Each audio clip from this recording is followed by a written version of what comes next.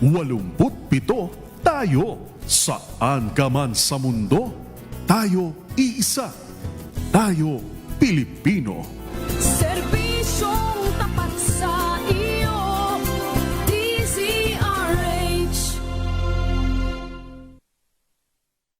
Maagang balitaan, maagang usapan sa mga issue at balita. Kasama si Kuya Angelo Palmones sa Magandang Umaga Pilipinas. Mula Lunes hanggang Biyernes.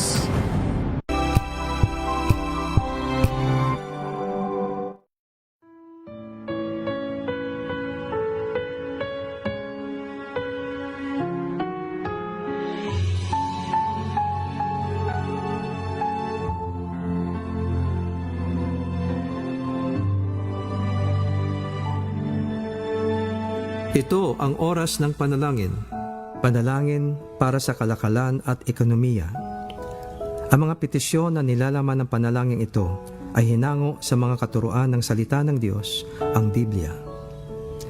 Ang salita ng Diyos mula sa unang mga kronika, 29, talatang 11 hanggang 13. Sa inyo, O Yahweh, ang kadakilaan, ang kapangyarihan, ang karangalan, at ang pagtatagumpay, sapagkat inyo ang lahat ng nasa langit at nasa lupa. Sa inyo ang kaharian at kayo ang dakila sa lahat. Sa inyo nagmumula ang kayamanan at ang karangalan, at kayo ang naghahari sa lahat. Taglay ninyo ang kapangyarihan at kadakilaan, at kayo ang nagbibigay ng lakas at kapangyarihan sa lahat. Pinapasalamatan namin kayo, O Diyos, at pinupuri ang iyong maluwalhating pangalan. Naway sabayan ninyo ako sa panalangin ito.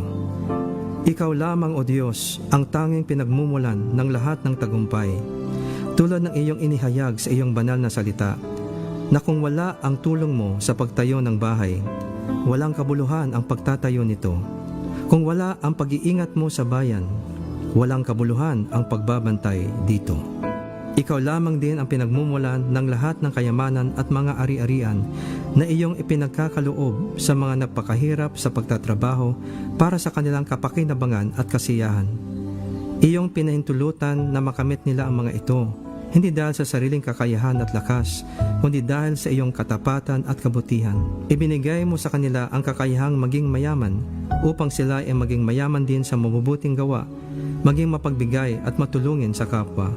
Dalangin namin tulad ng iyong pinag-utos na turuan mo ang mga mayaman sa mundong ito na huwag silang maging mayabang o umasa sa kayamanang nilang madaling mawala.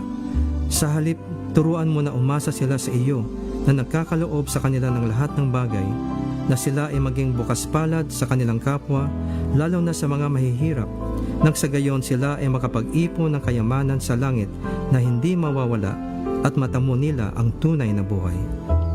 Iyong ipakaloob sa puso ng aming mga mangangalakal ang habag at malasakit para sa mga manggagawa, at huwag silang pagkaitan ng nararapat na sahod at mga benepisyo, kundi maging makatarungan at makatao sila sa kanilang pagkikitungo at pagbayad sa pagpapagal ng mga naglilingkod sa kanila. Igawad nawa nila ang katampatang sweldo na walang antala o panlilinlang sa lahat ng panahon. Iwaksi mo sa kalooban ng mga mayayaman at may kapangyarihan ang lahat ng uri ng pang-aapi sa mga mahihirap at walang lakas, kundi ipagkaloob mo sa kanila ang kahabagan, kabutihan, katarungan, at tunay na malasakit sa kapwa. Alisin mo rin sa kanilang puso ang makapaninirang pag-ibig sa salapi at palitan mo ito ng tunay na pag-ibig sa kapwa. Palakasin mo, O Diyos, ang kalooban ng aming mga mangangalakal na ipinamumuhay ang katuwiran at katarungan, kakumbabaan at malasakit sa kapwa. Palakasin mo, O Diyos, ang kalooban ng aming mga mangangalakal na ipinamumuhay ang katuwiran at katarungan, kakumbabaan at pagmamalasakit sa kapwa. Igawad mo sa kanila ang higit pang tagumpay at kasaganahan upang marami pa silang matulungan at mabigyan kinabuhayan. Protektahan mo rin sila sa mga masasamang loob at sa mga nagnanais na sila'y sirain o pagsamantalahan, at pagkalooban mo sila ng katarungan. O Panginoon, pagtibayan at pasaganahin mo ang aming ekonomiya. Bigyan mo ng dunong, integridad tagumpay, at katapatan ang mga nangangasiwa sa aming pamahalaan ng mga plano at programang pang-ekonomiya at infrastruktura. Iyong pigilin ang pagkalat ng karahasan at krimen sa aming lipunan at ang pang-aapi at katiwalian na siya nagpapaalipin sa karamihan sa kahirapan. Paghariin mo ang katuwiran at katarungan, pag-ibig at pagmamalasakit sa kapwa sa aming bayan, mula sa aming mga pinuno hanggang sa mga pangkaraniwang mamamayan. Maraming salamat, Panginoon, sa iyong pagtugon sa aming mga dalangin na ito, sa pangalan ni Jesus. Amen.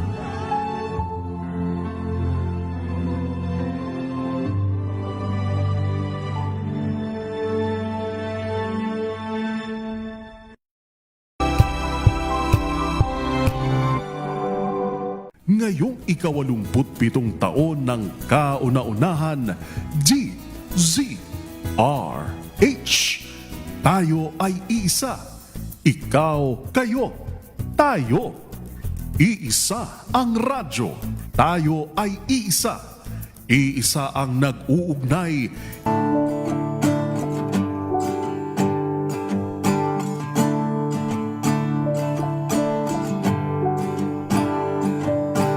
Araw-araw, hindi makakilos sa panghuhusga nila.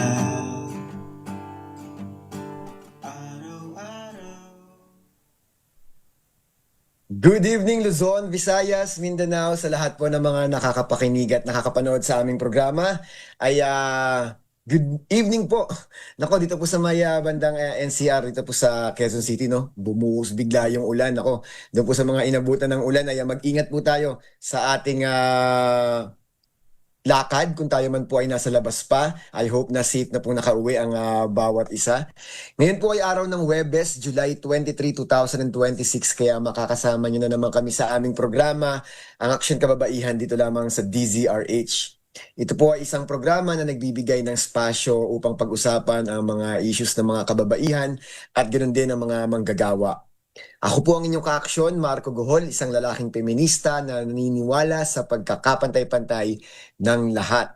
Doon po sa mga gustong mag-engage sa atin, pwede po kayo mag-comment sa YouTube channel at sa Facebook Live. At later ay subukan po nating magbasa ng ilan sa inyong mga mensahe. You can engage to our discussion, no? You can send your question or insights.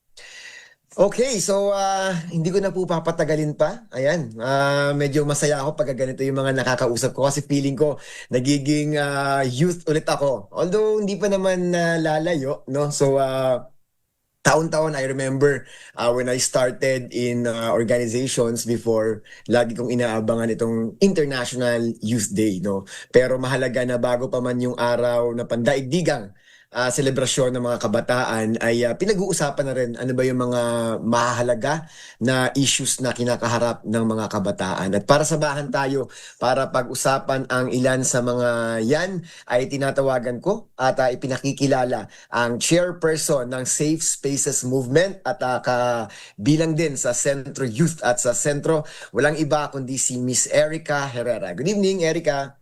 Good evening po. Ayan, Thank you for having me. Yes, si Erica is originally from Cebu but she's now here in Manila. Pero baka gusto mo munang batiin yung ating mga tagapakinig. At ganoon na rin siguro, Erica, no, pakilala mo na rin yung Safe Spaces Movement. Okay, so mayong gabi po mga kauban. Ako pala si Erica, current chairperson po ng Safe Spaces Movement at sa Sentro Youth Cebu. Ang SSM po, isa itong feminist na organisasyon. Mainly nag-focus po kami ng pag-raise ng awareness against sexual harassment, gender-based violence, at nag-conduct kami ng regular gender sensitivity trainings, especially sa mga public school. In totality naman, meron po kaming 4 na chapter, 2 sa UP Cebu, isa sa Cebu Institute of Technology, tapos meron din sa Cebu Normal University. Tapos sa Sentro Youth naman po, youth arm po ito ng sentro. Nakikipaglaban po kami sa workers' rights, lalo na sa freedom, no, to unionize para protektado ang mga manggagawa. So ayun po, kuya. Okay, sige. Ako siguro yung immediate question ko kasi ang ganda nung advocacy, no? Hearing yung pangalan pa lang, Safe Spaces Movement. Pero pwede ba, Erica, bigyan mo kami ng parang paliwanag, bakit ba kinakailangan na magkaroon ng safe spaces? At ano ba yung mga dahilan kung bakit kinakailangan na ito pa'y ipaglaban? Mahalaga talagang makisali tayo no sa pag mass movement dahil especially ngayon sa mga taon na ito, daming mga korap. Tapos kung walang kumikilos, sino pa ba? Left and right, up and down, makita natin ang epekto sa korap na sistema. Tapos di pa tayo lalaban. So para sa akin, lagi na lang tayong gina-exploit ng mga kapitalista kahit pumasa na ang wage increase sa NCR, hindi ba? Di pa yan assurance nga epektibo yan sa lahat ng kumpanya. Agad-agad. Dami ring manggagawa nga kahit pagod na, trabaho pa rin ang trabaho upang pakainin ang kanilang pamilya. At sa kami namang mga babae bilang isang feminista, palagi na lang kaming ine-objectify. Lesser than men raw kami, walang proper representation, pangit pa ng health services na kami mismo yung pinaka kailangan ng mga health services ng gobyerno natin. Kaya mahalaga talaga na sumali sa movement at hindi lang para sa iyo, di lang para sa selfishness sa isa katao, kundi para sa iba. So, ang laban ko talaga para sa komunidad, dili sa sarili. It's okay if sometimes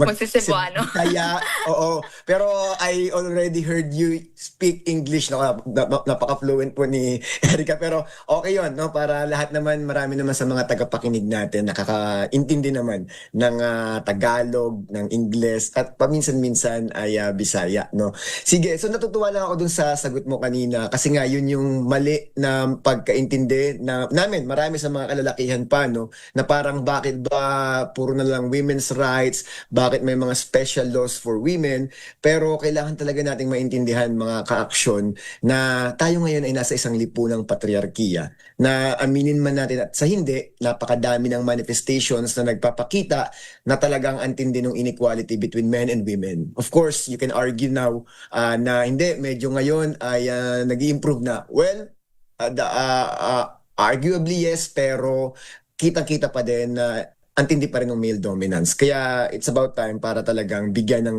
bigger space yung mga kababaihan. And I really happy to hear coming from a youth woman leader like you, Erica. Sige, so now we're started. We have started yung discussion natin, pero yung topic nga natin is in preparation, no, or parang build up discussion sa paparating na International Youth Day. So pwede mo bang bigyan lang ng maiksing paliwanag, ano ba yung relevance nitong pagse-celebrate, paggugunita o pag-maximize nung pandaigdigang araw ng mga kabataan para ipaglaban or gamiting espasyo para sa mga issues ng mga kabataan? Yung International Youth Day po, celebrated ito every August 12. So, para ito makabring ng awareness ng mga issues sa mga youth sector, katulad sa akin. At first celebration neto ay noong I think 2000 pa. Bali, 26 years na. So, happy anniversary kapag mag-August 12 na. Dahil din po ito sa increasing youth issues natin at inilaban talaga nila noon. So, at nagpapatuloy kahit ngayon. Alright. Yeah, sabi ko nga well, few years ago, part pa ako ng youth. Pero at dati excited talaga ako na sineselebrate yan. Kasi ito yung opportunity para i-put forward yung mga issues ng mga kabataan at para talaga in our own way ay may pakita natin kung ano yung pagtingin natin doon sa mga mahalagang issues na kinakaharap ng ating bansa, no? Na direkta or indirectly affects the young people. Sige. So ngayon, Erica, no, meron akong ilang mga parang current issues, pwedeng very specific, pwede rin namang general or generic, no? At hingin ko yung parang pagtingin mo as youth leader, no? Sige.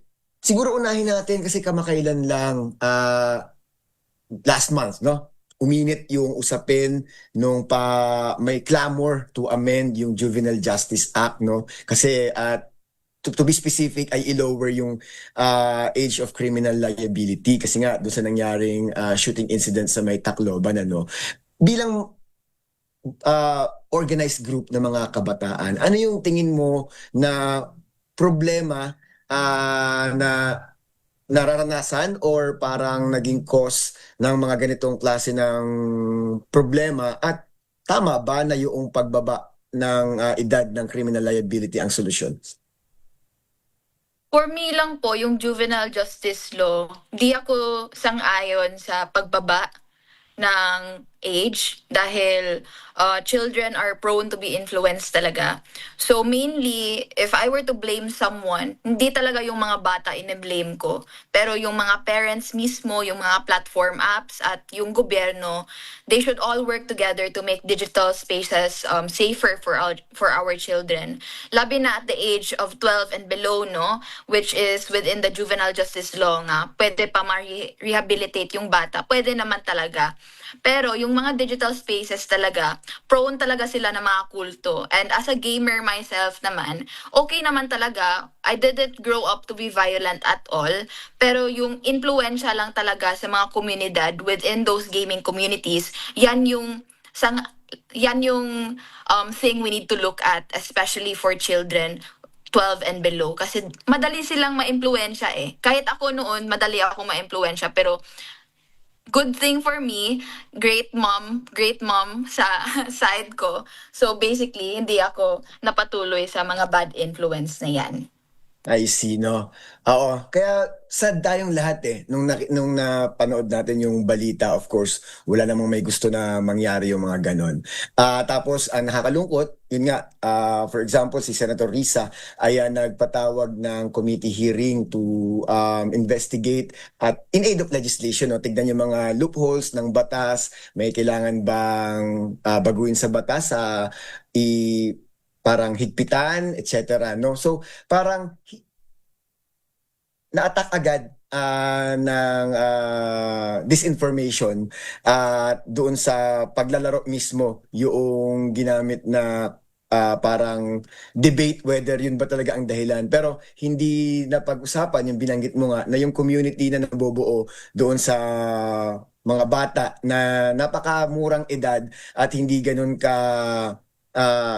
capable pa to determine whether tama o mali yung kanilang mga ginagawa. No, so ako rin, personally, I also agree na kung titingnan natin yung batas ay talagang kung it is implemented properly ay ma-address naman yung mga causes ng bata na nasa conflict ng batas, ano.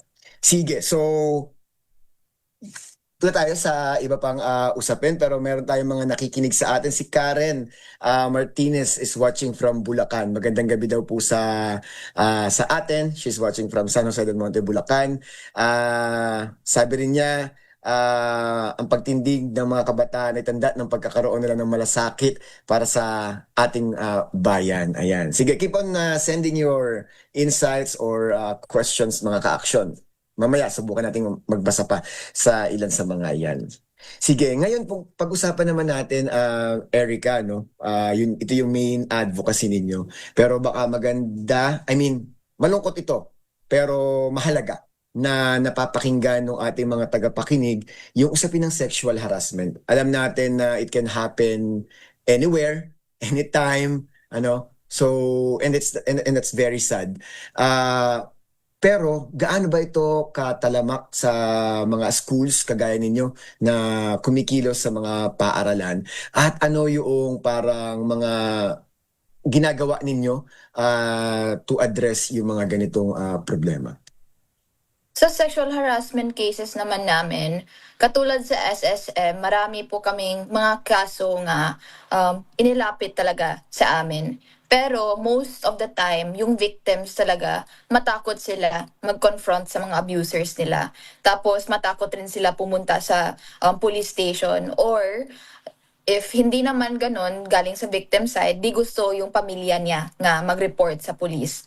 So, at times like this naman, if ever lumapit yung victim sa amin, kami mismo yung sumali sa kanya o we go together with her or him to the police station to file a case. Kasi if yung victim lang mismo yung papuntahin mo sa police station, baka matakot pa siya, hindi siya sure anong sabihin niya. So, mas lala or mas confusing for her on her end, and maybe it might worsen her trauma. So, ayun. And as for school setting naman, important note lang namin nga, schools really have to have a gender help desk that serves not only as a grievance for survivors but as a connection to legal help. Kasi yung gender help desk talaga, from what I've noticed from numerous universities, wala silang solid nga paraan as to how they could handle these cases. So I will not name universities lang kasi baka maproblema tayo dito. Pero yan talaga yung observation namin sa organization namin sa SSM na ikinilos talaga namin. So as of the moment naman sa CNU, na-establish na yung gender help desk nila with the help of their school council and of course our chapter from CNU. So hopefully naman ma-re-echo siya sa iba't ibang university para andon na lang yung mga biktima kaysa ipinasa sila sa iba't ibang tao na mas worsen yung trauma nila. Kasi yung mga biktima talaga, if ever naman you pass them around, so for example, galing siya sa akin, nag-ask siya for help from me. If ever I pass her around to another person, tas iba't ibang LGU pa, blah, blah, blah, mas lala na yung trauma niya. Di na siya gusto mag-report, di ba? Kasi yung bureaucratic process, ang super haba naman. So much better if meron talagang legal process at meron talagang steps para sa biktima, para mas assured siya na meron siyang kasama. So, ayan. Yeah, I see. So napaka-sensitive talaga nung usapin na yan. Kaya nga kahit sa mga batas natin, for example, sa formal labor, 'di ba? Yung handling ng mga sexual harassment cases ay dapat in-handle ito with full confidentiality kasi ito rin yung nagiging hindrance gaya nga ng binanggit mo doon sa mga victims na hindi na mag-voice out, hindi na mag-complaint kasi imbis na maipagtanggol sila ay nagiging source ito para pag-usapan, pagchismisan. Kaya yung iba natatakot na lang na mag-voice out at mag-complaint ano. Sige, so alam ko na mayroon tayong mga batas kagaya ng Safe Spaces Act, etc. Pero binanggit mo rin, Erica, na may mga kakulangan pa din, especially sa mga schools para talagang maprotektahan yung mga estudyante at mga kabataan. Pero siguro that's more of the legal mechanisms and yung mga available laws natin. Pero ikaw bilang advocate ng, of course, ng equality at syempre ay dapat wakasan yung all forms of gender-based violence including sexual harassment. Ano yung gusto mong sabihin doon sa general public and possibly some of the people who listen to us tonight ay posibleng may mga pagkakataong posibleng makapag-commit ng mga ganitong klase ng kasalanan. So what do you wanna tell them? Sana naman po itigil na natin yung victim blaming. Kasi yan yung palagi kong makita sa comment section every time merong kaso. So for example, may babaeng ginakatcall. Tapos sinabi sa mga comment section nga, dahil yan sa isinuot mo, anong ginagawa mo? So palaging ino-normalize nila na yung babae talaga ang may sala. Tapos kami namang mga babae, choice yan namin eh. Di yan namin, we're not trying to sexualize ourselves for the eyes of men or even other, especially sa mga construction worker na ipinadaan ko. So, parang ganon talaga yung message ko sa mga tao, sa general public na nanonood ngayon, nga mag-stop na tayo ng victim blaming kasi sa paraan naman sa mga babae, grabe talaga ang trauma, especially sa pag-catcall at mas lala pa yung pag-sexually harass or sexually abuse. And especially at times like this, no, nga, ginaw-normalize at patriarchal naman ang sistema natin. Grabe talaga ang epekto neto sa mga kababainhan. Tapos hindi na sila gustong mag-voice out sa concerns nila. So, ayun, guys, please don't blame the victim. Please blame the abuser themselves. Yeah, yeah. Tsaka yan yung ano no, tawag dito siguro kasi ako bilang batang 90s, nasa border ako nung parang kumbaga sa mga nabubuhay ngayon, nasa gitna ako. So naabutan ko yan yung mga 90s na parang napaka-common lang yung pagsipol, yung pagsabi natin ng of course, ayoko nang sabihin, pero yung mga parang akala natin, admiration lang yun, pero minsan lumalampas doon at talagang nakakabastos yun sa pinagsasabihan natin, no? So ngayon, hindi na yun pwede.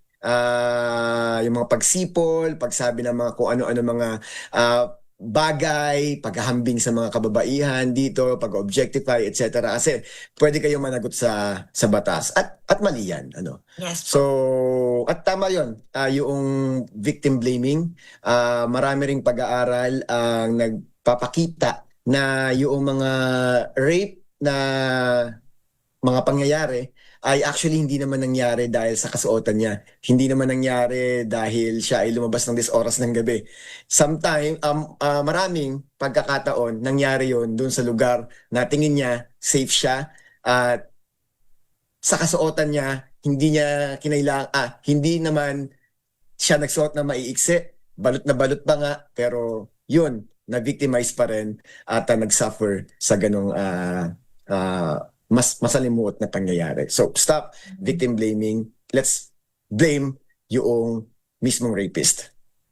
Alright. Kung meron pa kayong mga pagbati, mga ka-action, just put it in our live. Sabi ni Leo Havares, I always see itong si Leo, nakikinig to sa atin. No? He's watching from Puerto Princesa. Ayan, si Roan Sandigan is also listening to us. And also Gemma De Castro Mendez. Good evening daw po sa lahat. Greetings from Zelda, Bulacan. Ayan. Sige, Erica. Now, let's talk about other issues pa, no? We still have 5 minutes. Ano ba yung iba pa sa mga may init na issues ninyo bilang mga kabataan? To be very specific, sa school. Ano ba ang mga major issues nyo? For sa school naman po, sa private university, galing po ako sa private university myself, grabe ang pagtaas ng tuition fee. So, isang eskwelahan naman sa Cebu, yung Cebu Institute of Technology itself, 5.4% ang increase nila sa tuition fee. Tapos, nagtataas rin ang mga bilhin at hindi ang wage sa mga magulang. So, edi grabe yung struggle ng mga magulang para maipaskwela yung mga bata, hindi ba? At sa state universities naman, ang liit ng student spaces naman at ang liit ng mga state universities ng Pilipinas. Kahit right sana natin na maka-attain ng edukasyon. At kahit naman ma-accept sa state universities nga supposedly bayad na lahat, ang lala ng mga budget cuts at ang liit ng mga student spaces. So makatanong talaga tayo no sa estado natin, saan ba pumunta ang budget sa gobyerno para sa edukasyon ba ito, para sa kinurakot ba nila? So, ayun talaga yung question ko bilang isang estudyante po.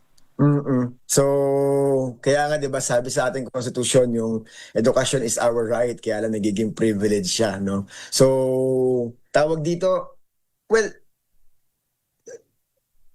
ina-argue ng mga private schools, syempre, yung interest dyan ay kumita din, ano, na kinakailangan din nilang magtaas ng tuition fee. Pero maganda yung pinoint out mo na, Erica, di ba? Okay sana kung talagang kasabay or mas mataas pa yung ini-increase din ng kita ng mga manggagawa, di ba? Kasi mga nag-aaral din naman sa private schools, hindi naman lahat yan ay nasa mga elites at mga middle class. I suppose marami rin sa kagaya natin, kagaya mo, ay nasa working class, no? So okay sana kung medyo malaki naman yung sahod ng mga manggagawa. Unfortunately, hindi. Kaya how can they access quality education even if they want to send their children sa mga private schools kung gano'n naman kamahal?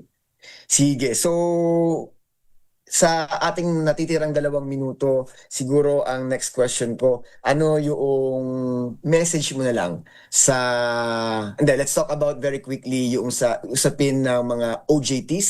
Ano yung pagtingin ng inyong organization dito? And finally, isama mo na rin, papalapit yung State of the Nation address ni President Bongbong Marcos come this Monday. What do you wanna tell or tell his administration? Para sa mga OJTs naman, kabilang ng mga interns, ang dami ko talagang marinig sa mga seniors ko na grabe talagang exploitation. 8 hours a day, minsan 10 hours a day pa nga.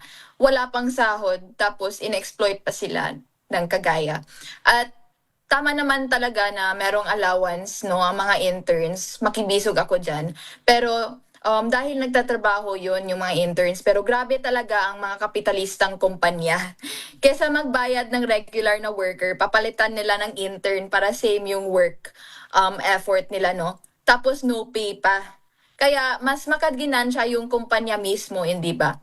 So, basically yung stance po sa akin, wala pa kami nag-discuss nito ng organisasyon namin, talagang go for it, go for the allowance sa mga OJT, go for the allowance sa interns, pero i-prioritize rin natin yung mga regular workers natin. As for sa SONA naman ni BBM, gusto ko sana itanong sa kanya, ano ba gagawin natin tungkol sa Pax Silica project na ini-welcome naman nila, hindi ba? Ini-welcome na nila sa Malacanang.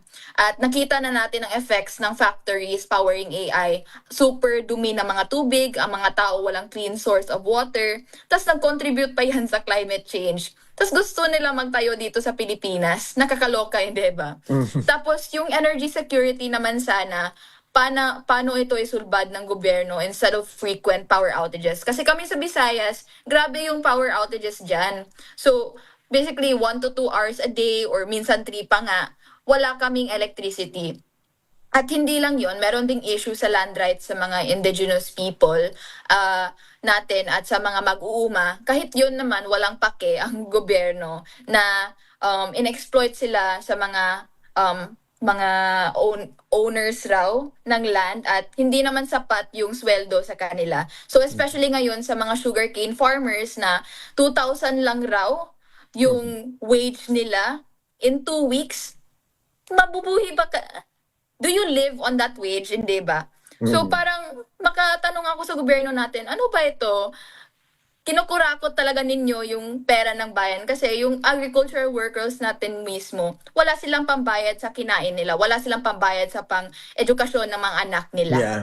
Oo. Yeah. So paano kayang maatim ito, no, nung mga nakaupo sa gobyerno na habang may mga taong hindi nakakakain ng 3 beses sa loob ng isang araw ay milyon-milyon yung nawawala at kinukurakot sa ating kaban ng bayan. Nako, ang dami mong finnote na mga other topics and issues na actually na-excite akong pag-usapan pa. Pero dahil limitado yung oras natin, maybe some other time, maybe we can invite you again, Erica, to join our program. Pero thank you so much for joining. Naging very fruitful yung ating discussion, no? Bago lang tayo magtapos, batiin ko lang si Mr. Romel Rabaca, watching from Quezon City, Jocelyn David Lapidario, watching from Muntinlupa, and again si Karen Balance Martinez from San Jose del Monte, Bulacan.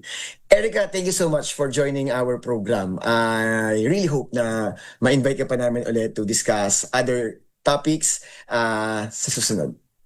Salamat Once again, po. yes. Once again, mga ka-action, thank you so much for joining our program. Samahan niyo kami every Thursday, ang Action Kababaihan from 10 to 10:30 p.m.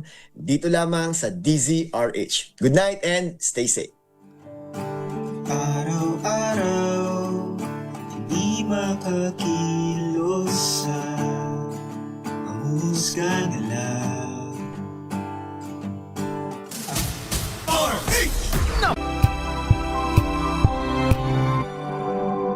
Ngayong ika-87 taon ng kauna-unahan